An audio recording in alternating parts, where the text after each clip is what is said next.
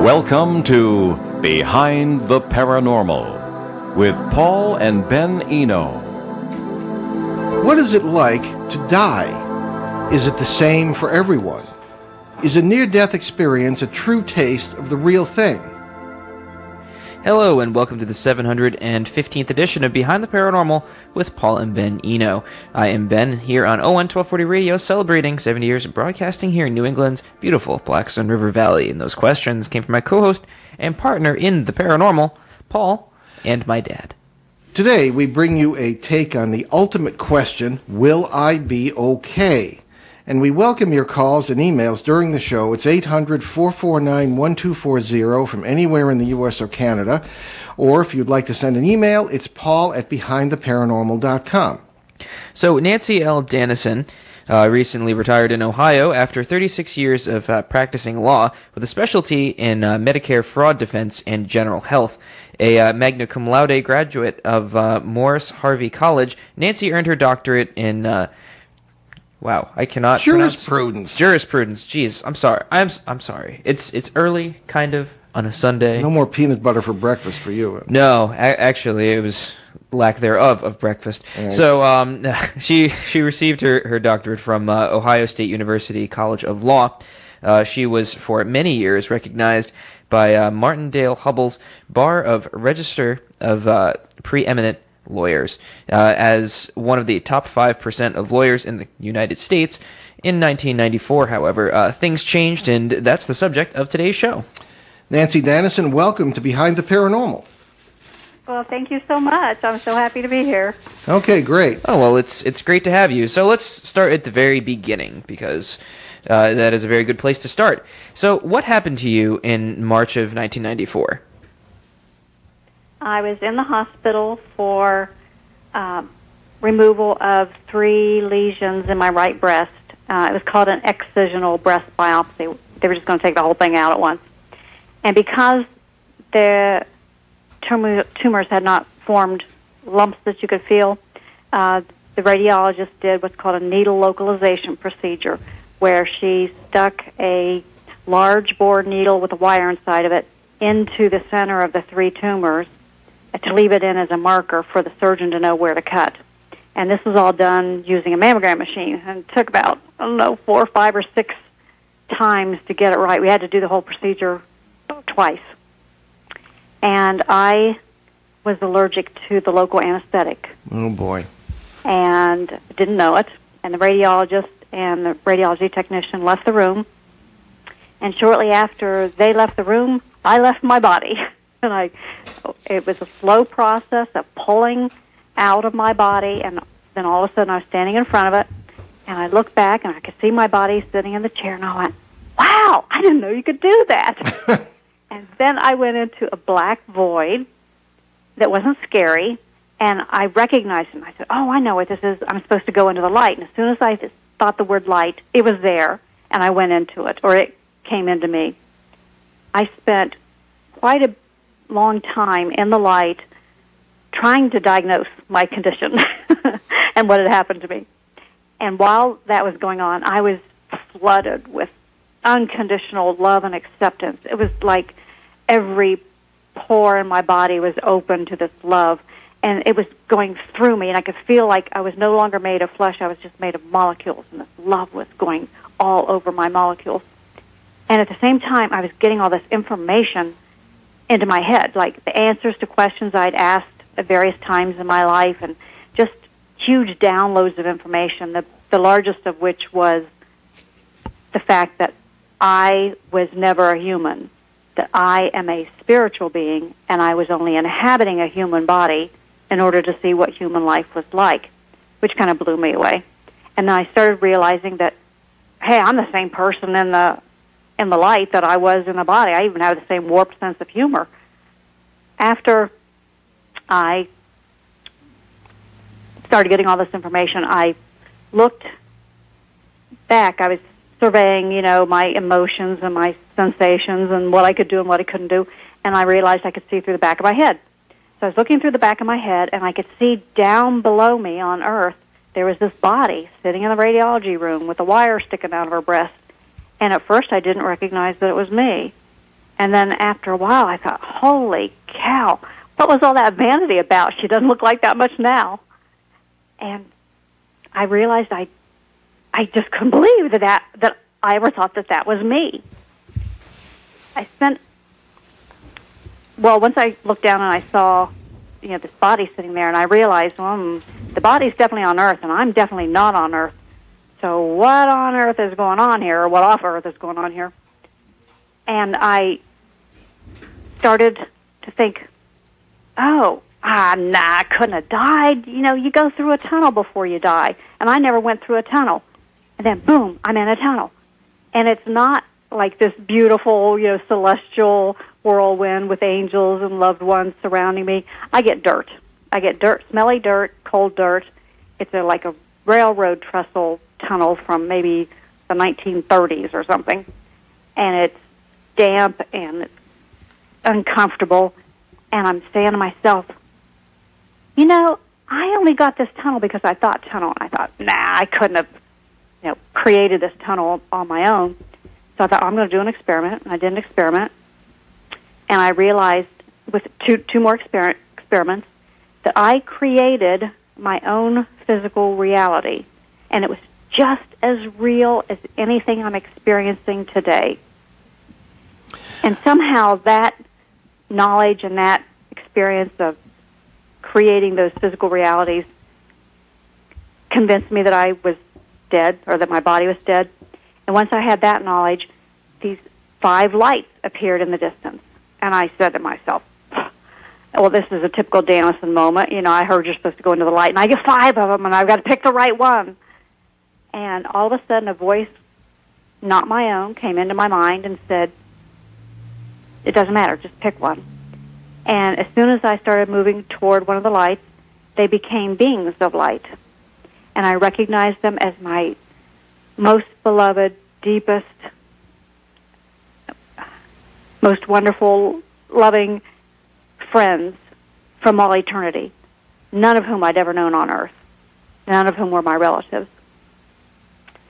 And they welcomed me home, and they kept asking me, well, how'd it go? What happened? What'd you learn? What'd you experience? And so I had a life review. And my life review wasn't for me to, learn anything. It was for them to watch, what had happened to me. And they were popping in and out of my life like they could experience it firsthand just by popping in. There's no way to explain that because there's nothing you can do like that on Earth. While that was going on, I realized, seen that life, been there, done that, I was getting back my memories of hundreds or maybe even thousands of other physical lifetimes that I had lived all over the universe, all kinds of creatures.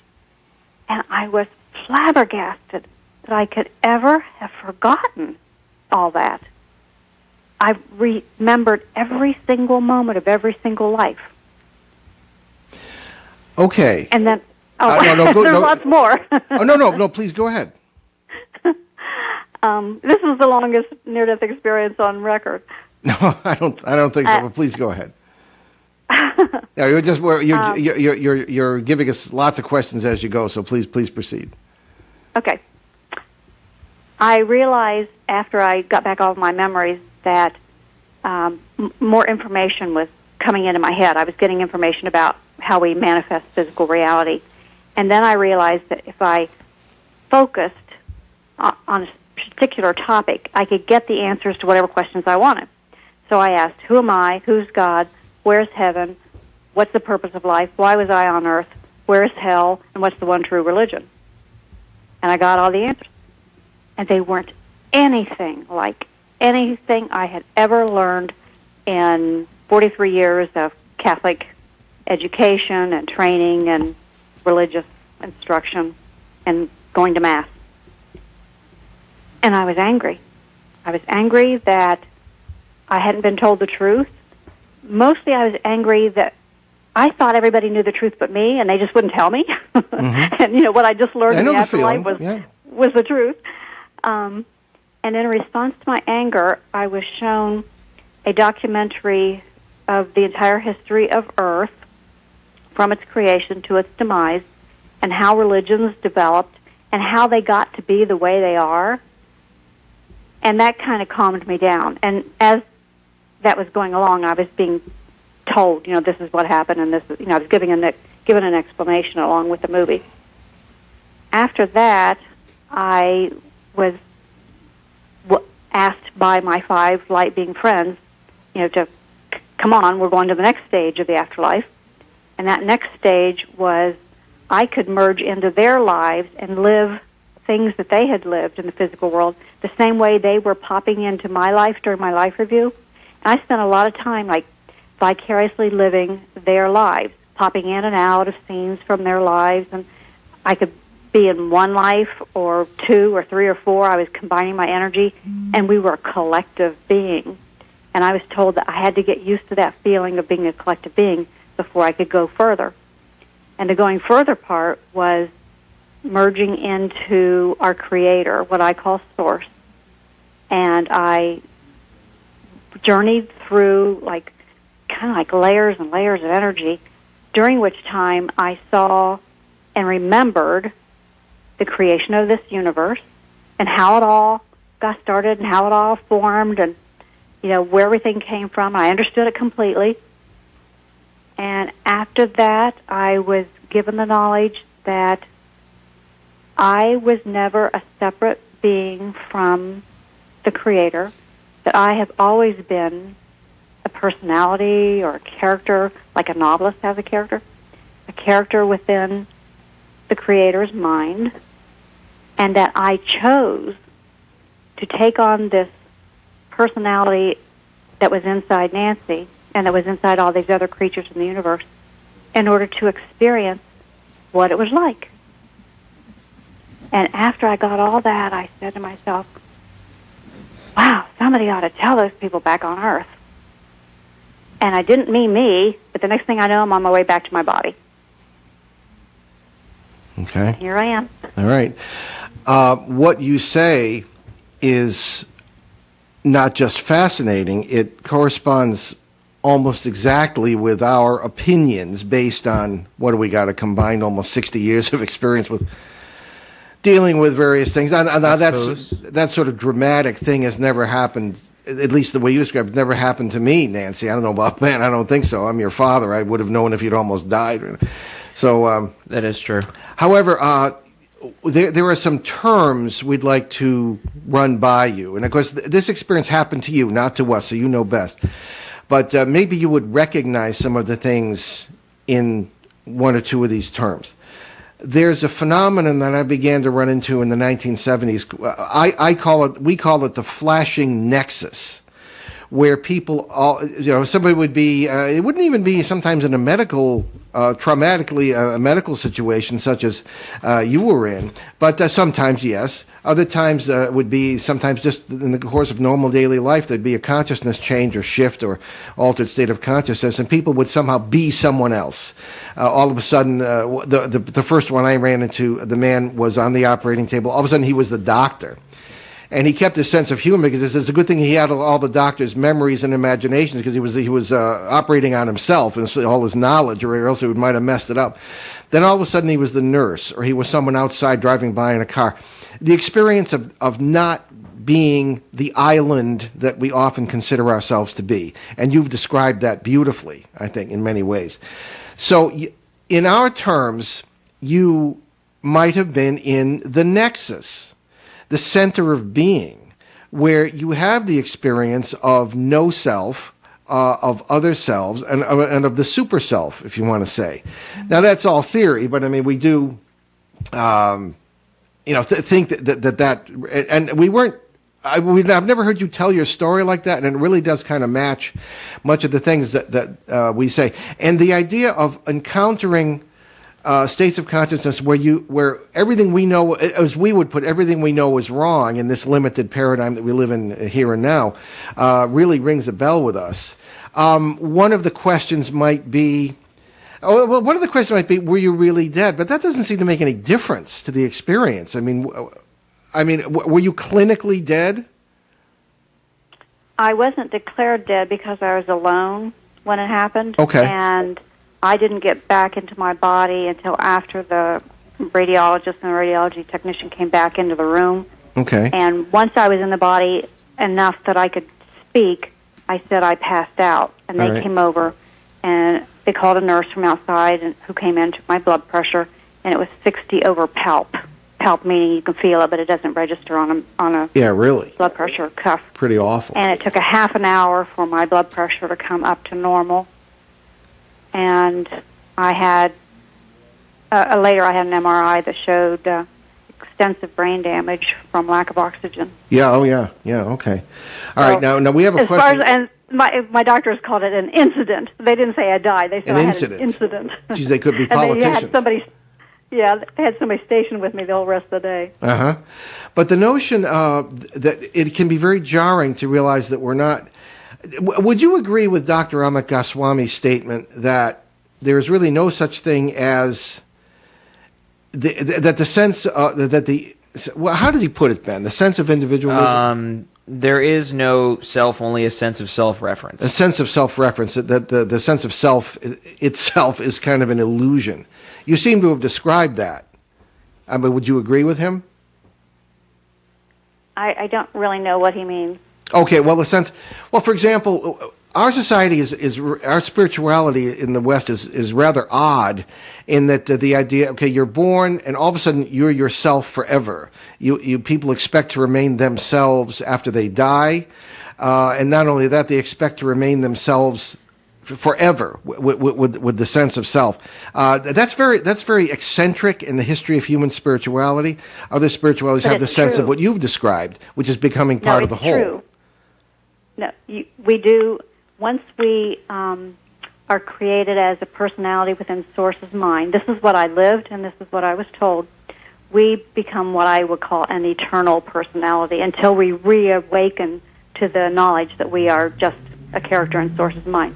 But in the interim, when we're incarnating and traveling around the universe having experiences, we do have the same sense of self, the same personality, the same character traits. It is a constant through all incarnations. Would you say we're always who we are? Okay. Well, would you say that each of us is an expression of all of us? Because what you described doesn't seem to be the normal, ordinary, ferocious, individualistic sense of self that many people in the modern world might have. It's that there is a shared life in what you describe, at least if I'm hearing it correctly. Well, it depends on which level of awareness you're looking at. When you look at life from the human perspective, we seem to be individuals separate from each other. When you look at life from the Creator's perspective, we're all just thoughts in its mind. There's just one. There's only one consciousness, one intelligence. All right. And the entire universe exists in its mind. So you can look at it either way, depending on what your perspective is. Okay. Maybe we'll pursue that later. But one issue that always comes up in these discussions is in 1952, Einstein essentially proved that through the theory of relativity that there is no past, there is no future. It's all simultaneous, which would explain, at least from that point of view, your experience of the creation, your knowledge of all these different lives, and of course this wreaks havoc with the reincarnation thing, because since there's no past, there can't be past lives. But it's really 6 to 1, half dozen of the other, if you look at it from that perspective. Would you have a problem accepting the simultaneity of all things in your experience, as opposed to past to future? You see what I'm getting at? It's essentially the same thing, but... Yes. While I was in the light, early on there, and I was getting all kinds of information downloaded into my mind, one of the topics was the fact that time is an artificial construct created by humans for just humans, what Einstein said, and it does not exist at all outside of human life. That's exactly what he said. So there is no past, there's no future, there's no time. Right. It's all simultaneous. Okay, well, just wanted to clear that up. Ben, before we go to a question from a listener, do you have something for Nancy? I was going to ask about the documentary you were shown. So, could you expand on that a little bit? I saw Earth being created. That was the second time I'd seen, that was the first time I saw Earth being created. I saw it again when I was watching the entire universe being created. and I saw humans evolve from lower life forms, and I remember thinking, oh, I always wondered what that was, and I don't remember now. I mean, I saw it, but I witnessed that humans did evolve from lower life forms, but I don't remember what life forms they were, and there were several of them. But I also realized watching that there's no missing link that scientists are looking for.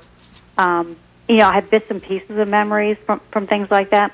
I watched early human cultures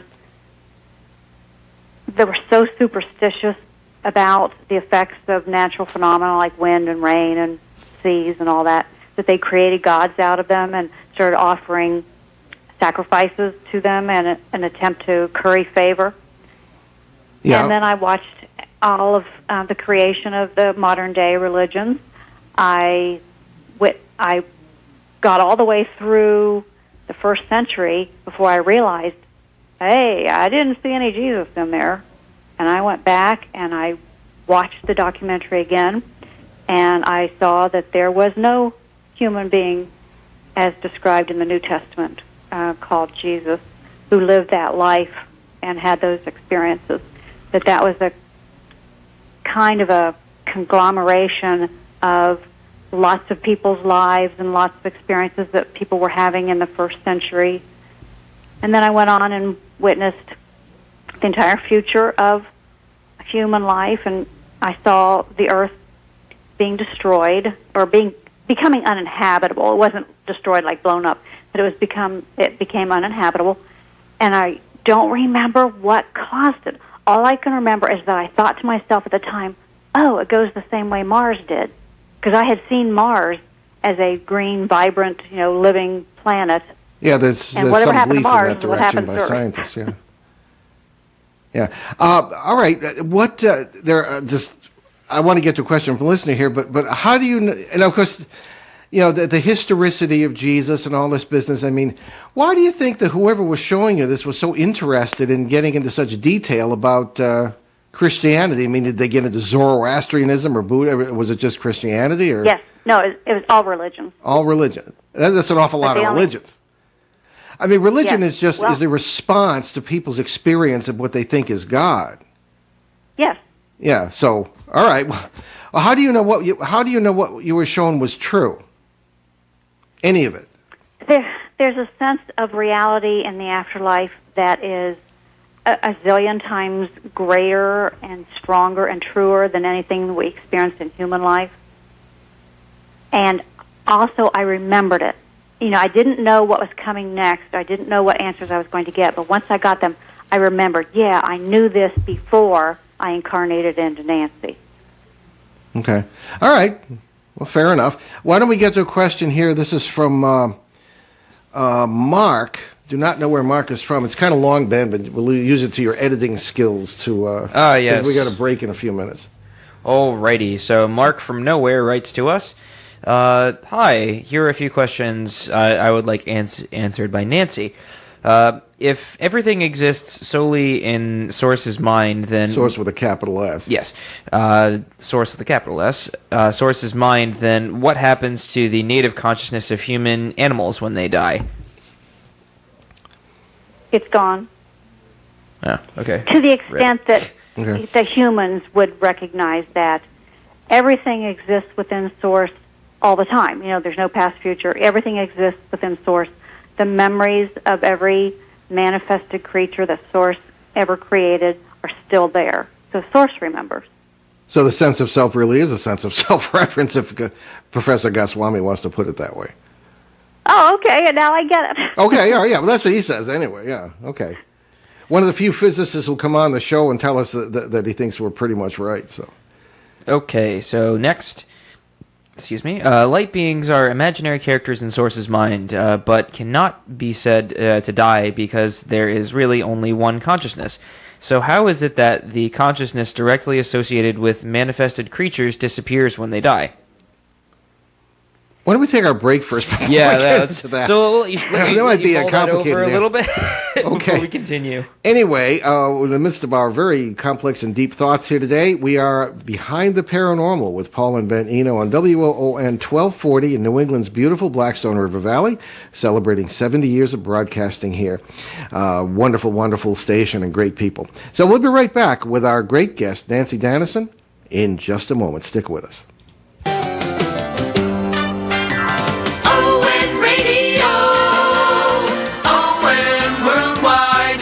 Hi, Parrot Heads. This is Joe Callahan, your maitre d' in the Tiki Bar every Tuesday night from 6 to 7. 1 full hour of nothing but Jimmy Buffett music. The Tiki Bar is brought to you by attorney Bob Lauder and by the Carew Investment Group. ON Radio, ON Worldwide.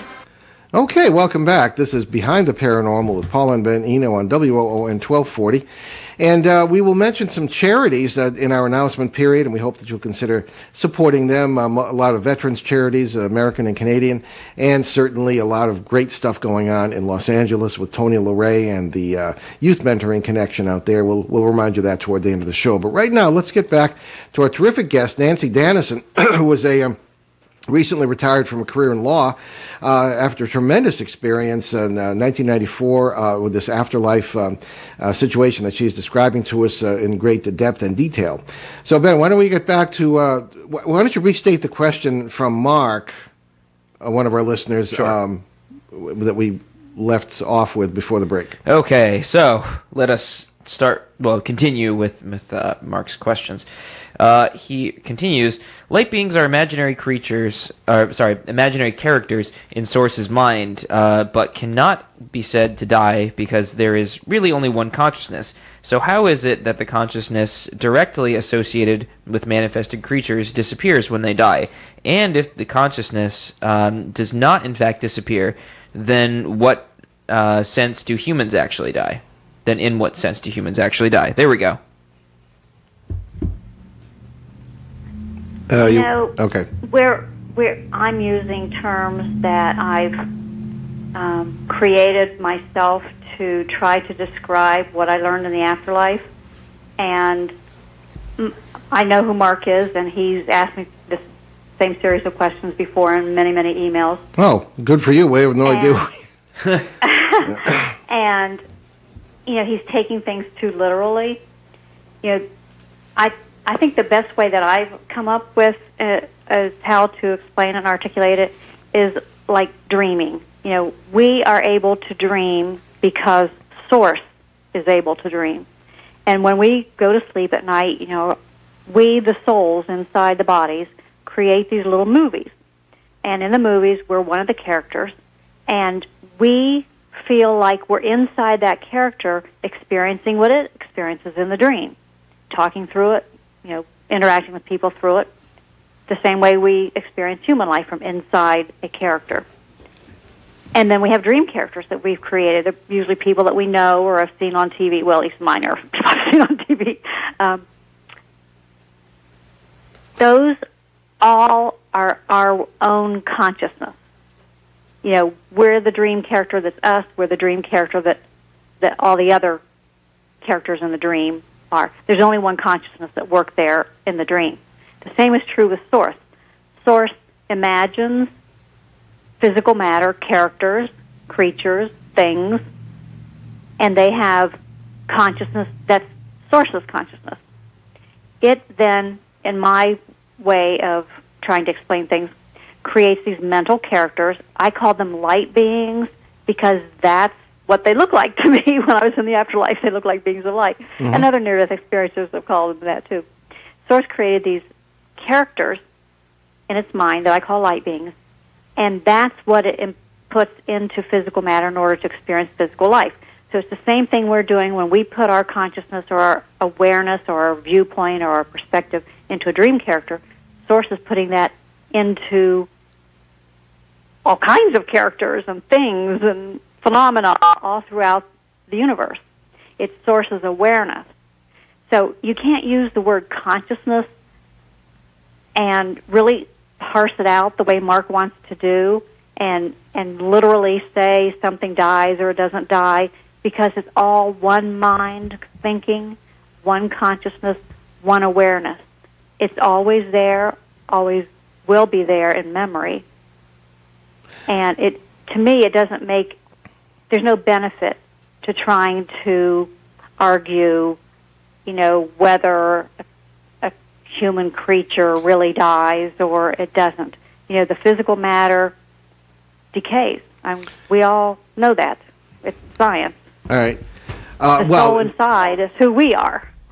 Okay. I think what Ben might say and I would say is we often point out that our language is not really adequate to even talking about these concepts. So we're all at a loss for words, and we all come up maybe with our own terms. So just exactly by way of saying, it's hard to express how do you express the inexpressible, So one of the things you describe, it just sounds like you're describing, in a way, kind of what the holographic theory is talking about.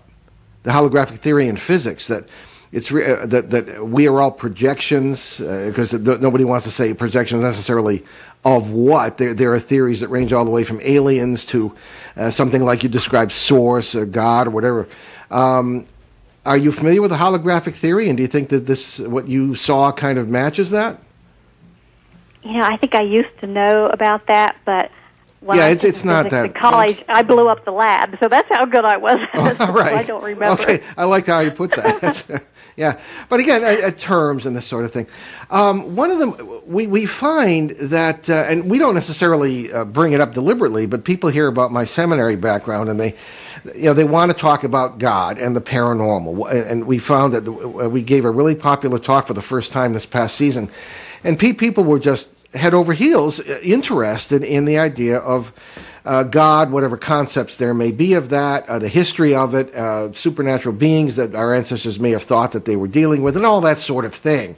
And your notion of source gets into some of the interest that we found in that subject. Would you say that source is personal in the sense of cares, or just projects? Is source just a giant projector? I mean, what say you on that? The source that I experienced was unconditionally loving and accepting. So that would be personal, I guess. Has a million emotions, extremely intelligent, extremely curious, extremely creative. I think the genesis of questions like that you're talking about now that I get from my readers is they can't understand how a loving God could let us suffer like this. Tell me about it. Yeah, that comes with us all the time, too. Yeah, and the answer that I got to that was Source created these mental characters and these... It's not really a projection. The universe isn't really a projection. It really exists in energetic form within Source's mind. You have to understand that the Source that I encountered and lived and awakened to in the afterlife is not a being. It wasn't anything like a being. It's this huge energy field that is awake, aware, alive, and has personality and is loving. But the thing that's most important about Source to remember is that it's unconditionally loving. It has no judgment. It does not judge our experiences as good or bad. It does not judge suffering as good or bad. It does not judge anything. Only humans judge. So when you look at a human life from human perspective, and humans were designed to have judgment because it's part of the survival instinct, you can judge all these horrible things as bad. But when Source looks at them, it says, interesting. And that's a harsh reality to accept. It was hard for me, I'll tell you that. Okay, well, one of the things that might come up as a question would be the experience that you had may have been wildly different from the experience that other people have had. People think that the quote-unquote near-death experience is essentially the same. As you said, yours was not. You didn't pass through any tunnel and all this business. If you had been Mao Zedong, for example, whom a lot of people who don't know history today think was great, but actually killed 70 million of his own people and was ruthless and calculating and cold, and some might say evil, what sort of experience would they have if they passed over into the source, which is supposed to be so loving? The same as everybody else. I'm sorry? The same as everybody else. See, because we are characters within Source's mind, we don't go anywhere when we incarnate. That's an illusion that Source is able to generate. Yep. So when we leave an incarnated life, we just wake up to who we really are, which is this spiritual character that I call a light being, this character within Source's mind. And that happens to everybody. Now, we all have, I was told, a life review. And in that life review, you experience everything your human host or whatever kind of physical matter you were in experienced during its lifetime. And you not only relive it, but you feel the consequences of everything that you've done on everybody else. So all that suffering that Mao caused, killing all those people, will come back to him, and it will be felt by that soul during its life review. We're cushioned during the life review by the unconditional love and acceptance that we're flooded with when we first get into the light. And like I had my 5 light being friends with me during my life review, and I think maybe other people do have support people there with them as well, because it's a extremely emotional experience to see all the hurt that you've caused. But we have the unconditional love that helps take the edge off. Okay. Well, there are more questions, but I wanted to give you a chance, because we're burning up this hour, of talking about your books, where people can find out more about you, your website, etc. So go right ahead. I've written 4 books. Backwards Returning to Our Source for Answers was the first one, and I put most of my near-death experience information in there. Everything in my books is from memory of being in the afterlife. It's not, I got back in my body and I thought about it and I came up with these ideas. It's all memory, and there are big holes in it, I admit that. The second book is called Backwards Guidebook. The third one is Backwards Beliefs, Revealing Eternal Truths Hidden in Religions, and that's the one that has the documentary of Earth's history in it, at least as much as I can remember.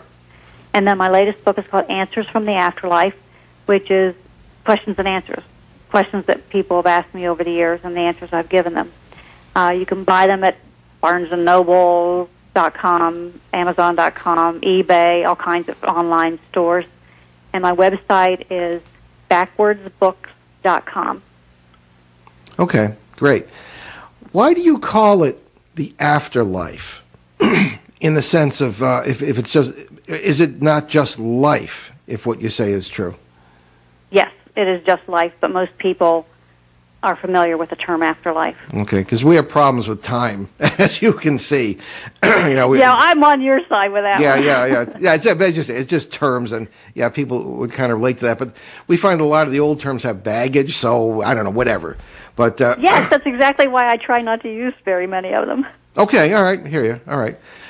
So, but one thing you said, and maybe you didn't mean it this way, was that it's pretty much all the same after people pass. However, why do so many people have the tunnel experience, meeting figures? How would you? Why does it seem to be so? Can I use the term personal, or at least sometimes not the same as what happened to you? I mean, how would you explain that? Or is it? It is personal. Our eternal lives are unique. There is superimposed over our personal lives this structure, the transition from being incarnated to getting back to your natural state as a spiritual entity. So that structure is in place, and people go through the same structure. That's why there's a sensation of going through a tunnel, or there's a sensation there that people can't really put words to. In different cultures, call it have different experiences. Like in the U.S., some people go through a tunnel.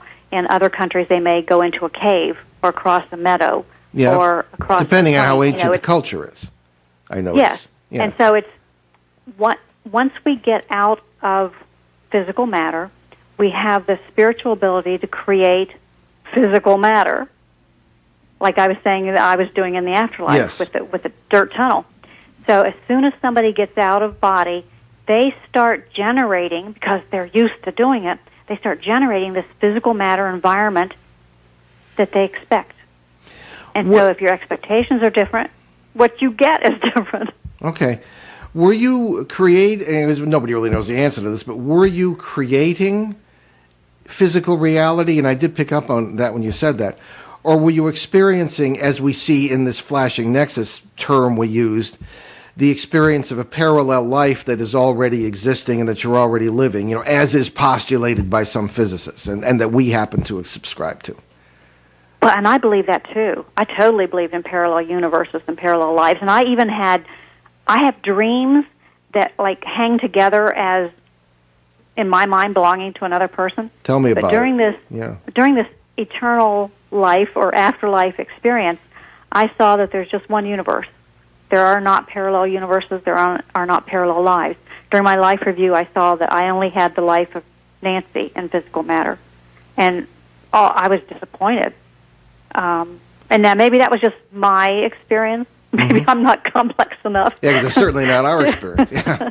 Well, you're still, Nancy, you're still describing the holographic theory, in as far as I understand it, because the holographic theory says that essentially the matrix, which is these parallel things, will all collapse into a unity with a capital U at one point. So does the ancient African theory and philosophy of Ubuntu, which goes back tens of thousands of years. I heard the same thing from Australian Aboriginal elders in Australia and Cree elders in Quebec.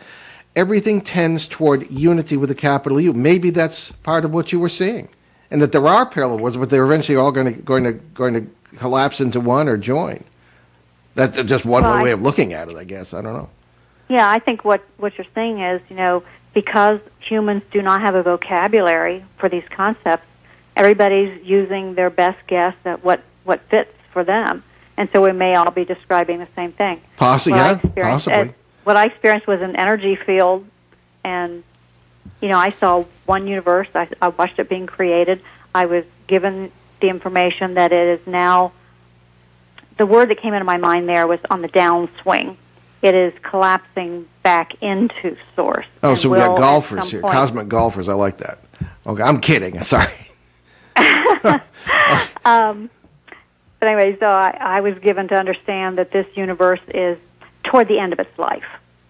Yeah, okay. And is collapsing back into source. And, maybe that's the same thing as what you're talking about. With, maybe. These parallel parallel universes all collapsing one on the other. Let me ask a more conventional question, all right, in a way. We've talked a lot about what happens when you, quote-unquote, die, and what happened to you. Where were you before you were born? Same place. Okay. We start out, we don't start out. Once we were created within Source's mind, we can choose whether or not we want to go through an incarnation cycle. If we choose to do that, we enter a stage of life, kind of like adulthood is a stage and childhood is a stage. It's a stage of eternal life from which we incarnate and then return, and incarnate and return. And it's that stage that people call heaven, and that near-death experiencers visit when they die. I did not go there because I had already completed all my incarnations before this lifetime. But it's one of the many stages that we go through as eternal parts of Source of Consciousness. So here's a question. All this being said, the one thing that's left in my mind is, what's the point of physical reality? Like, what is even the point of us being born into this world for, maybe 80-something years, maybe a little bit longer than that or less, and then just going back to it. I mean, maybe you learned how to drive a car, tie your shoes, maybe you learned some great mystery, but in the end, what's the point of it all? The point of it all was that Source felt it was a being alone. I don't know why it was alone, and I tried to find out while I was inside it, but I couldn't get that information. But it was a being alone. It had explored all of its powers and abilities as an individual entity and wanted more. It wanted some way to interact. And so it created these mental characters, gave them personalities, and created a dreamscape, for lack of a better word, within which it could interact with itself in order to get the emotional content for all of the intellectual knowledge that it had. So, like, Source already knew what it would be like to, or not what it would be like, he knew all about, like, riding a horse, but as an energetic field entity, it couldn't do that. Incarnating into a human and riding a horse gives Source that emotional impact, that experiential knowledge. It was curiosity. That's all it is, curiosity. Well, don't look now, Nancy, but you have described in maybe a little bit different terms some rather good theology, like I learned in the seminary, in certain terms, So maybe, as you say, we're perhaps describing similar things in different ways, or maybe expanding on some of the old ideas and that sort of thing. I'm just wondering too what your next step is in your life. Now you're writing. You're retired from law, and you're trying to just spread the word on what you believe you've learned here. Is that correct? Yes, I'm working on two fronts. One is I'm trying to survive breast cancer. I was diagnosed 6 years ago with stage 3 metastatic breast cancer. Well, God bless you, and good luck. And I'm doing real well. I'm in remission. Excellent. But Excellent. that's a daily exercise and all the things I have to do to keep my body functioning. Yeah. And then I'm writing a 5th book called We Are Creators that describes everything that I can remember learning in the afterlife about how we souls inside human bodies create physical reality as we go. That's part of quantum physics too, in a way. One of the things that I noticed that was, I think you maybe touched on it but didn't get into it much, was the notion of the negative aspect of reality. Now I'm thinking in terms of religions, and wherever you go, there are cultures that may have been very close to the earth and would experience negative stuff about nature as they would positive things, death, etc. And I'm thinking of the yin and the yang, the negative aspects of really any religion. In Christianity, which adopted a lot of Zoroastrian ideas, you've got the positive God and the negative God, who most people think is Satan. And that's not good theology, but that's essentially what people believe. Did you encounter the negative aspect in your experience, and or is it all just wonderful and positive and loving and everything's coming up roses? The balance, I'm saying. Yeah, the only negative, let's see how to explain this. When I was first in the light and I was doing that survey of trying to figure out, diagnose what had happened to me, I missed physical life. I knew I wasn't going back to it, and I missed it. And so to me, that was kind of a downside. I mean, it was wonderful, wonderful being back in the afterlife, being home and being with my people. But I did miss chocolate so much. Oh, boy, I can imagine that. Food and Pizza. sunshine, Yeah. And then the other negative things, judging, from a human standpoint, was some of what I saw in my life review. I wasn't thrilled with some of the things I'd done to people. Mm-hmm. But in terms of there being an opposite force to Source or a Satan or a devil or anything like that, no, I did not. Okay. I was with Source before it created this universe, and there was no such entity, and it did not create any such entity. Might be negativity we create ourselves. Humans do create negativity by virtue of their judgmentalness, if that's a word. Yeah, I guess. Sure. What about the parasites, things that we run into? We call them parasites. Folklore calls them demons. That we undoubtedly run into, that I've had physical contact and conflicts with over the past 40, 50 years. And, I mean, where do they fit in all this? In the sense of, at least with our point of view, with the multiverse, all possibilities exist. There's a perfect balance of negative and positive, so maybe it is really a perfect creation. These entities that feed upon others, is this part of the picture that you just didn't see this kind of thing? We manifest our individual physical lives moment by moment based upon what we believe. Okay. Well, I'm afraid we're just about out of time, but okay. I think we have another. So if that's what you believe, that's what you got. Well, I think we have I think we make our own beds, so to speak. But I think we probably ought to have you back a few more times and maybe get some more of this very deep stuff. We like that. So tell us one more time about your website, and just mention briefly your books over maybe if you can take 30 seconds. The website is backwards, BACKWARDS, books, BOOKS, one word, .com. And my books are Backwards, Returning to Our Source for Answers, Backwards Guidebook, Backwards Beliefs, and Answers from the Afterlife. And Great. I'm working on We Are Creators. Okay. Nancy Danis and everybody, thank you so much for a fascinating conversation. Indeed, We'll be in touch off the air. Thank you. Okay. All right. What do we got going on here, Ben? All right, well, we have, not as much as we did the last couple of weeks, but we Thank still heaven. have We're quite a bit worn going out. on. Just before the show, my dad, and I was incredibly late, Skyped in to do a brief talk during the 4th annual Treasure Coast Para Unity Conference in Fellsmere, Florida. So thanks to everyone for a great reception. And our final event of this very hectic lecture season, I'm feeling my age here at this point in November. That'll be on Saturday, November 18th, 2 weeks from yesterday, when we'll do a charity event at Cottage by the Bay in Dover, New Hampshire, to benefit the Miss Portsmouth Area Scholarship Program. That's 5 to 8 p.m., and the ticket is $20 per person. And you will get not only us, but a nice buffet dinner, which is better, I wonder. I wonder how our talk will go with food. Yes, I know. We'll have to try As long that as we again. don't talk with food in our mouths. And we're already booking for events for 2018, so we're going to fill up fast. If anybody's interested in having us at their event, let us know ASAP. Okay, and we sell and autograph our books at these events, of course, and that includes our latest, released in July, Behind the Paranormal 2, Bigfoot, Mothman, and Monsters You've Never Heard Of.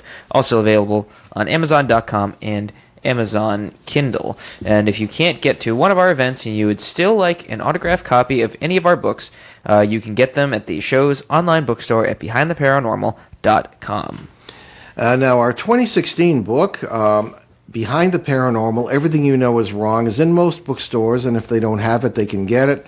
It's also available at all our forthcoming events on Amazon.com, BarnesandNoble.com, and other online retailers. And again, you can get an autographed copy at BehindTheParanormal.com. Meanwhile, find out more about the show, our many cases over the years, our public appearances, and more at BehindTheParanormal.com, and also where you'll also find well over 720 free recorded shows from both ON 1240 and our 4.5-year run on CBS Radio, along with special shows and podcasts. And don't forget to check out our YouTube channel, Behind the Paranormal Case Files, which we will be expanding soon. I spent some time yesterday and fleshed out some ideas for some different content we can make, including my father and I doing some field trips to some interesting and fascinating places that are locally to us, and maybe of interest to our audience. Sounds great, Ben. Also, check out our main website, NewEnglandGhosts.com. We don't always mention that, but there are a lot of case histories from my remote past and more recent ones Ben and I have done, and some The photographs you remote might be past. interested in seeing, that sort of thing. From when the dinosaurs walked the earth. Something like that, yes. Paramecia were new to the scene.